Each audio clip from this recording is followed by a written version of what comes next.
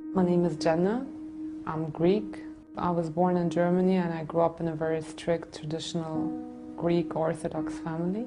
We grew up almost as other Muslim families would raise their children. Our families wanted to guarantee that we will be brought up in a Christian way, in the Orthodox way. We always went for vacation all together, and we never split up for vacation. So family vacations were always very nice, and especially our very first vacation in the UAE about 13 years ago.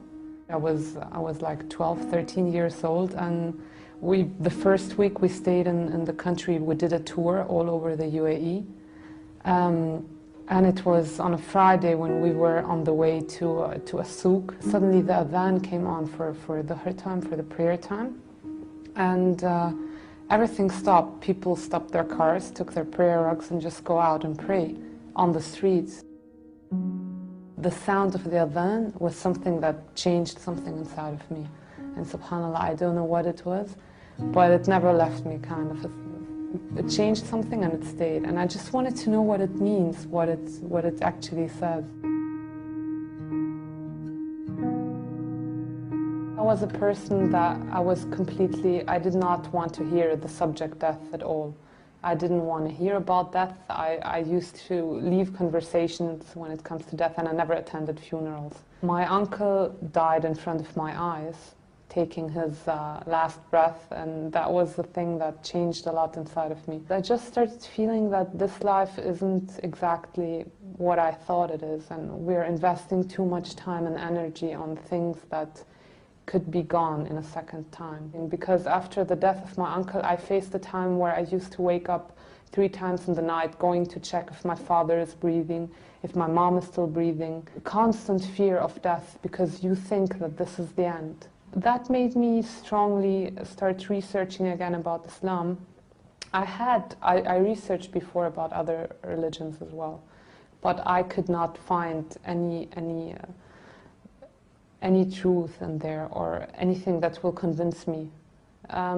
When I started reading about Islam, I found all the answers that I could not find in my own religion. The fact where I got really convinced was when I read the biography of Prophet Muhammad sallallahu alaihi wasallam.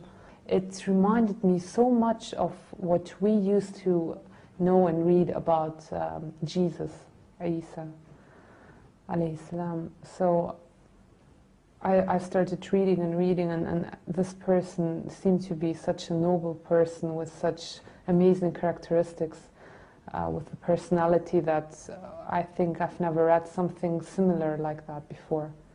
After reading the biography, I was convinced that everything I know about Islam, I have to delete it and just start reading from zero onwards and get my own research and get my own facts about this religion, because obviously everything I knew before was wrong. It didn't take a long time to find out that Islam is the truth and that there can't be any other religion in the world than this. Although I got convinced about Islam, I was scared to say the Shahada. I was like, yeah, it's the right thing. I might, take this logic and this way of life inside of me, but I won't ever be able to accept Islam because of my parents and my family. I knew that they will never accept it, and that if they would ever get to know something like that, my life would change dramatically. So I met a girl in Germany. She's from Egypt. Her name is Noha. She helped me a lot because I met her right when I started praying to find the truth, to get more courage in what I'm doing. We got to know each other. We talked about Islam. She started explaining everything to me, all the questions that I had, because I was convinced. I knew it's the truth. I knew my religion is wrong and that I couldn't live like that. After meeting Noha, I think 1 or 1.5 months later, I took my Shahada in Germany, in the student dorms. It was supposed to be just me and her, but somehow Muslim students get to know that someone is going to convert to Islam, so I had about 20 people in the room afterwards. So alhamdulillah, I had many witnesses. Alhamdulillah, I took my Shahada, and I will never forget that day, and I will never forget my first prayer. Going back home wasn't that scary as driving towards saying the Shahada. I think that day, my whole life, I mean, Shaitan was playing so much with my feelings. I think my whole life passed in front of me like a video stream. I was seeing icons. I was even thinking, but that's now haram because my parents, they spent so much money for the party of my baptism, you know, that's the whole party. I was thinking really weird things, I don't know. So yeah, after taking my Shahada, I was completely calm. I think I never slept that well as that night. Alhamdulillah. And then what I remember very well was the first morning, because I woke up and I know I have to pray Fajr. And I don't know where to pray Fajr because my family's in the house. No one knows I'm a Muslim. And now I have to hide somewhere.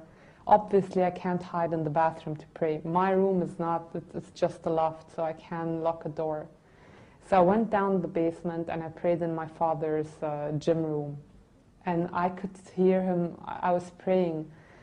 And although in prayer, especially after I took my Shahada, my prayer was like, you could enjoy every second. It used to take half an hour for me to finish one prayer.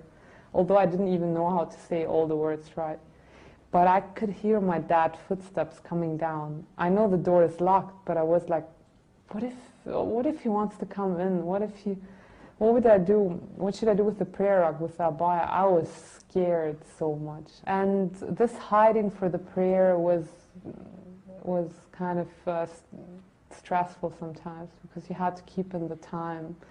But alhamdulillah, it was an amazing period of time. Right after my Shahada, it was a very nice time.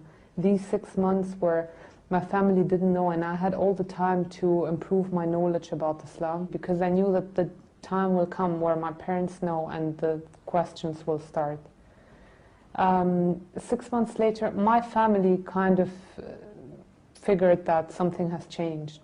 My mother found a week or two later that she found my abaya and my prayer rug, and she was completely convinced that I had converted to Islam. They hoped while taking me to Greece and I won't have my friends there anymore and I might forget about Islam and they will be able to get me back.